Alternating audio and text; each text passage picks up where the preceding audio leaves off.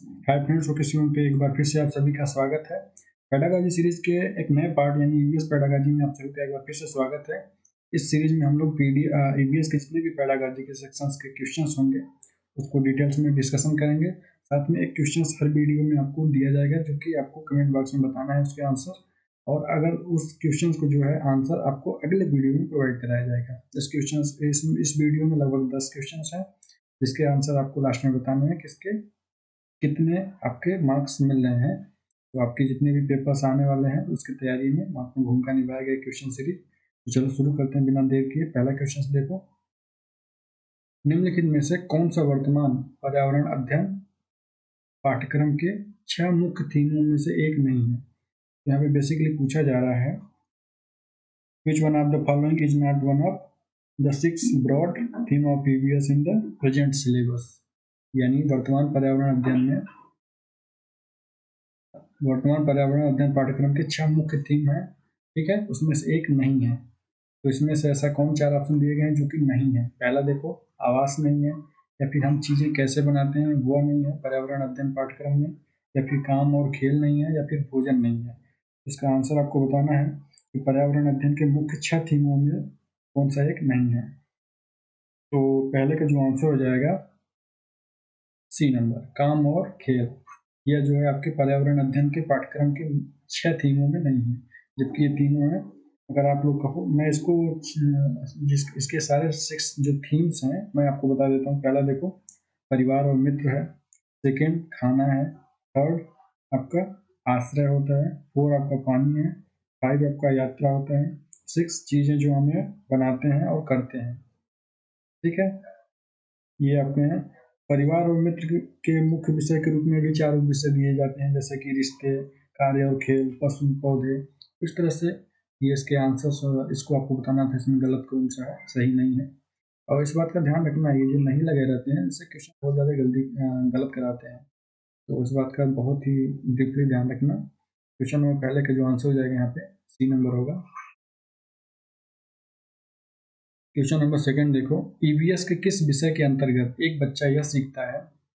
EVS यानी environment के विषय के अंतर्गत एक बच्चा यह सीखता है कि घोड़ा खड़े होकर सोता है और चमगादड़ उल्टा होकर सोता है। तो आपको ये बताना है कि इस विषय के अंतर्गत जो बच्चा ये सीख रहा है वो क्या है। आवास, परिवार और दोस्त, जल या भोजन। तो क्वेश्चन नंबर जो सेकेंड है उसका आंसर परिवार और दोस्त। इस विषय के अंतर्गत जो बच्चा सीखेगा, घोड़ा खड़े होकर सोता है, चमगादड़ उल्टे होकर सोता है, ऐसा कुछ जो लर्निंग होगी उसकी होगी। जैसे कि पौधे और पशु जो होते हैं, थीम परिवार और दोस्तों के अधीन एक उप विषय है, ठीक है। इस उप विषय में बच्चे विभिन्न पौधों और जानवरों, जैसे कि उनकी विशेषताओं और उनके आवास के बारे में अध्ययन करते हैं। तो जानवरों को सोते हुए पैटर्न और शैलियों का अध्ययन उप थीम पौधों और जानवरों के तहत किया जाता है। इस तरह से क्वेश्चन नंबर सेकेंड का आंसर हो जाएगा बी नंबर, या सेकेंड आप कह सकते हो। क्वेश्चन नंबर थर्ड देखो, निम्न में से कौन सा पर्यावरण अध्ययन का महत्व नहीं है। आपको बताना है कि जो इन्वायरमेंट स्टडी है उसका महत्व नहीं है। यहाँ भी नहीं से रिलेटेड क्वेश्चन पूछा है, इसमें 3 का ऑप्शन सही होंगे, एक नहीं होगा। यह हमें जीवन के लिए पीने के पानी, भोजन, हवा आदि के बारे में ज्ञान प्रदान करता है। पर्यावरण अध्ययन पर्यावरणीय प्रणालियों के मौलिक ज्ञान प्रदान करके पारिस्थितिक संतुलन के संरक्षण में मदद करते हैं। या फिर पर्यावरण अध्ययन की अवधारणाओं को कृषि के अध्ययन पर लागू किया जा सकता है, या फिर उन्हें सरल आरेख, मानचित्र, फ्लोचार्ट और सांख्यिकीय तालिकाओं को समझाना होता है। क्वेश्चन नंबर थर्ड का यहाँ पे जो आंसर हो जाएगा, सबसे उपयुक्त आंसर होगा नहीं के रूप में आंसर होगा, नेगेटिव रूप में पर्यावरण का महत्व नहीं होगा। उन्हें सरल आरेख, मानचित्र, फ्लोचार्ट और सांख्यिकीय तालिकाओं को समझाना है, ये नहीं होगा। ठीक है, तो क्वेश्चन नंबर थर्ड का जो आंसर हो जाएगा डी नंबर होगा। क्वेश्चन नंबर 4 देखो, जैविक पर्यावरण में शामिल है। आपको बताना है कि जो जैविक पर्यावरण में क्या शामिल होता है। क्वेश्चन नंबर 4 का आंसर यहाँ पे बताना है, बायोलॉजिकल इन्वायरमेंट इंक्लूड्स। क्या इंक्लूड होता है, स्थल मंडल, जलमंडल और वायुमंडल। या फिर बी नंबर, पौधों, पशु और विभिन्न छोटे जीव, सूक्ष्म जीव शामिल होते हैं। या फिर ये दोनों सही हैं, यानी ए और बी दोनों सही हैं। या फिर इनमें से कोई नहीं। क्वेश्चन नंबर जो 4 का आंसर हो जाएगा, सबसे उपयुक्त आंसर हो जाएगा जैविक पर्यावरण यानी बायोलॉजिकल इन्वायरमेंट में पौधे, पशु और विभिन्न छोटे जीव शामिल होते हैं। ठीक है, डी नंबर इसका आंसर हो जाएगा।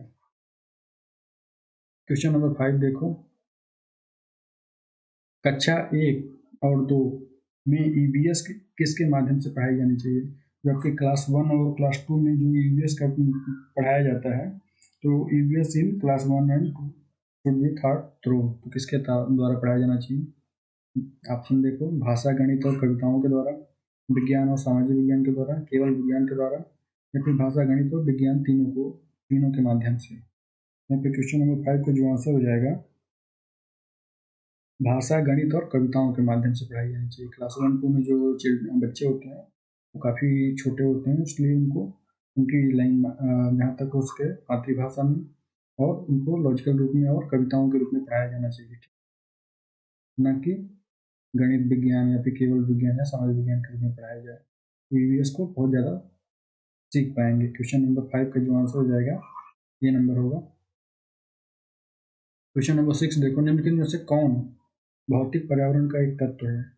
भौतिक पर्यावरण का एक तत्व के रूप में आपको बताना है, which of the following is an element of physical environment.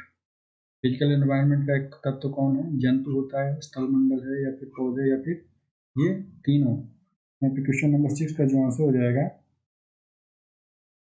Physical environment यानी भौतिक पर्यावरण स्थलमंडल, न कि जंतु बायोलॉजिकल में आ जाएंगे, और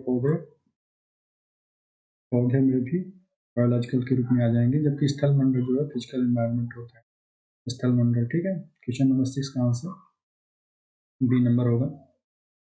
क्वेश्चन नंबर 7 देखो, निम्न में से कौन सा पर्यावरण का भौतिक तत्व नहीं है? आपको बताना है कि जो आपको पर्यावरण का है भौतिक तत्व यानी वही फिजिकल एलिमेंट जो है नहीं है, आपको बताना है। 3 है, एक नहीं है। कौन? जलवायु और मृदा नहीं है, सूक्ष्म जीव नहीं है, चट्टानें और खनिज नहीं है, फिर जल निकाय नहीं है। कौन जो है भौतिक तत्व का नहीं है, पर्यावरण का भौतिक तत्व नहीं है? तो क्वेश्चन नंबर 7 का आंसर जो हो जाएगा सूक्ष्म जीव। सूक्ष्म जीव जो है बायोलॉजिकल पे डिपेंड करता है, तो यह पर्यावरण का भौतिक तत्व नहीं होगा। ठीक है, क्वेश्चन नंबर 7 का आंसर भी हो जाएगा। यहाँ पे काफ़ी आसान क्वेश्चन होते हैं ईवीएस पेडागोजी में भी, तो इसके भी 15 मार्क के आपके आते हैं, आप सबको पता होगा। तो ये भी सेक्शन काफ़ी कवर हो जाएगा। हालांकि आपको ईवीएस जो आपकी सीडीपी सेक्शन होता है उसको अच्छे से कवर करिए, तो उसके भी कुछ क्वेश्चन इसमें इंक्लूड रहते हैं। ठीक है, क्वेश्चन नंबर 8 देखो, निम्नलिखित में से कौन सा ईवीएस का विषय है? आपको बताना है कि इसमें से कौन सा ईवीएस यानी इन्वायरमेंट का विषय है। संबंध, कार्य एवं खेल, जंत, यात्रा। ईवीएस का विषय आपको बताना है, इसमें कौन सा ईवीएस का विषय होगा।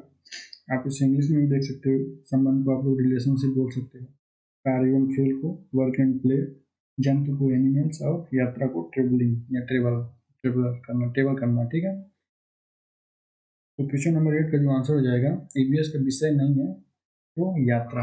यात्रा ईवीएस का विषय नहीं है, जबकि जंतु है, कार्य व खेल भी है, और संबंध भी होता है, रिलेशंस भी होता है, जैसे कि जंतुओं का पेड़ पौधों से या फिर प्रकृति से, ऐसा कुछ।